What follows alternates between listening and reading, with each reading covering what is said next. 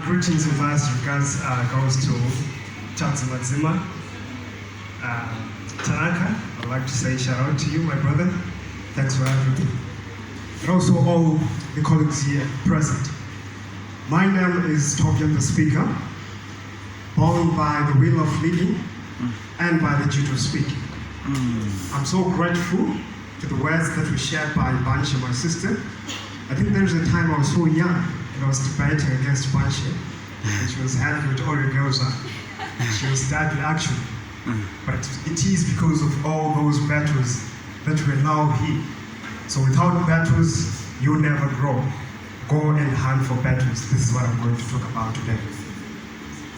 It is very important for us to understand that in each and every initiative that we engage ourselves in each and every procedure or in each and every journey that we engage ourselves in, there is a need for us to work with humility, or there is a need for us to surrender ourselves first to the principles of a particular innovation or a particular procedure that we want to work in. One of the greatest speakers I like is called William Shakespeare. He shared a statement and he said, "The world is a stage, men and women merely players, having their exits and entries, and in a lifetime one plays different parts." In a lifetime one plays what? One plays different parts. So at some certain point I was trying to analyze Shakespeare's work and I'm saying, oh, so in a lifetime we're playing different parts. But the issue is there is an exit and an entrance. What exactly are you doing between the exit and the entrance is what we call working on the reason of your existence or pursuing purpose, the agenda in which Ignite Youth is trying to forward. Is anyone there? Yes. So at one point I told myself and I said, no, as Africans or as young Africans, we really have a battle to engage ourselves in. For it is only by engaging in a particular battle that we succeed and grow. For Jeremiah chapter 1 verses 4 says, "I knew you before you were born, I sanctified you and ordained you a prophet unto the nation." Which therefore means each and every one of us was known before existing. Which means there is an existence before an existence. Is anyone there?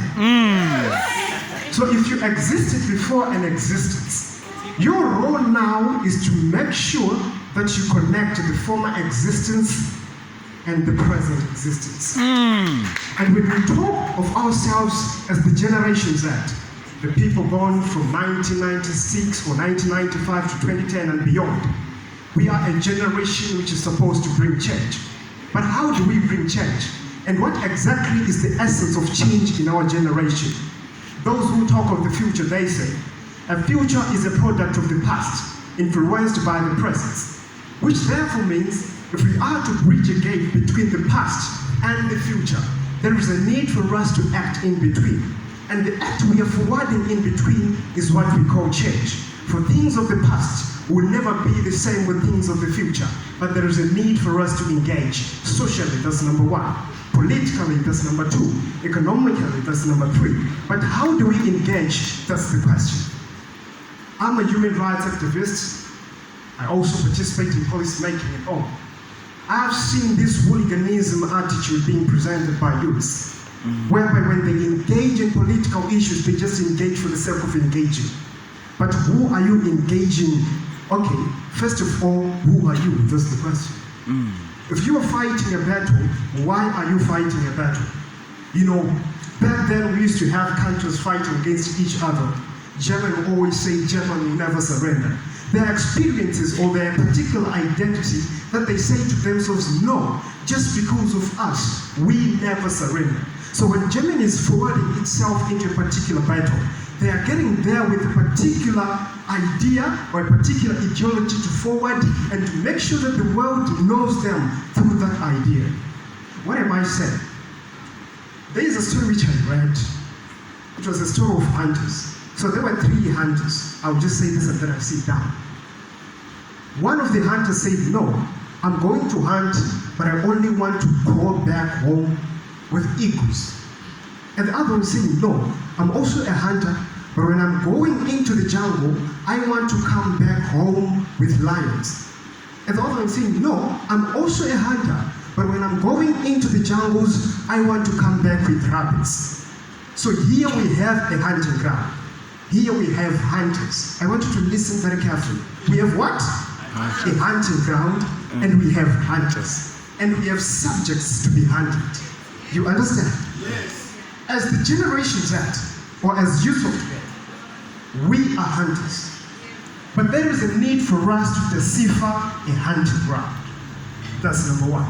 But when we decipher a hunting ground, there is a need for us to focus on the subject to be hunted.